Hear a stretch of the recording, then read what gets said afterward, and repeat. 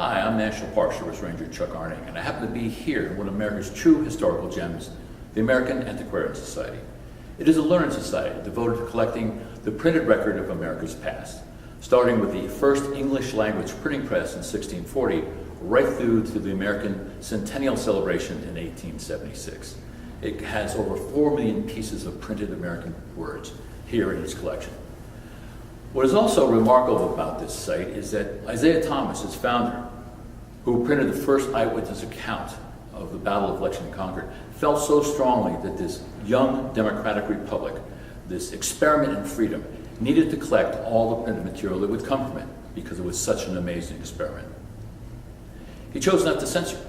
Therefore, the collection here at the Antiquarian Society has everything from broadsides depicting pugilistic delights to the paper inside a pocket watch, the printed word in all its forms. The National Park Service and the Antiquarian Society partnered to develop a workshop to assist all of my colleagues in the National Park Service understand the opportunity that this collection offers.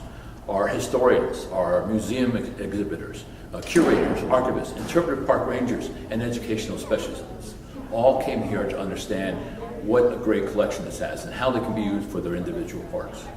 Or a general store if there was more. Do you know if this? The collections here at the American Antiquarian Society are rich, deep, and provide a valuable insight for my colleagues in the National Park Service into life in America. The insights that we glean from this marvelous collection can help us understand how decisions were made about marriage, about love, religion, starting a new business, or in this case, what happens when you get sick and have to decide whether to go to the doctor or not. All these ideas and decisions can be seen through this rich collection.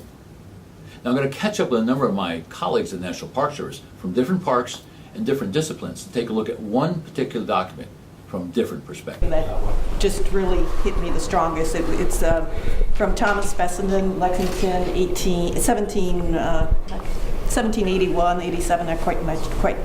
I'm not quite sure what that date is, but it's a listing of the things that were either stolen or damaged on April 19, 1775, by the British regulars when they came out ultimately to Concord.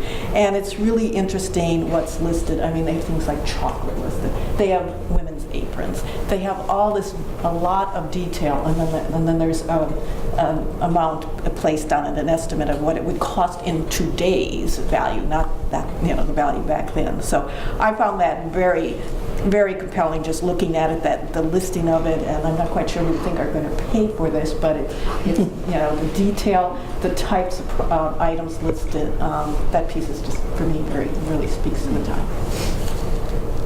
And then we could use it at Adams because it fits right into the same time frame as our park. So we're always looking for evidence in ways that we can help communicate what goods John and Abigail and future generations actually lived with. So this was a way of identifying specific raw materials that they would have lived with, and then we can pass it on to, again, school groups and other public visitor programs. And again, we're using, it might not be John and Abigail's words, but it is of that period, and it is of the economic value that they would be with. So it's very helpful to us.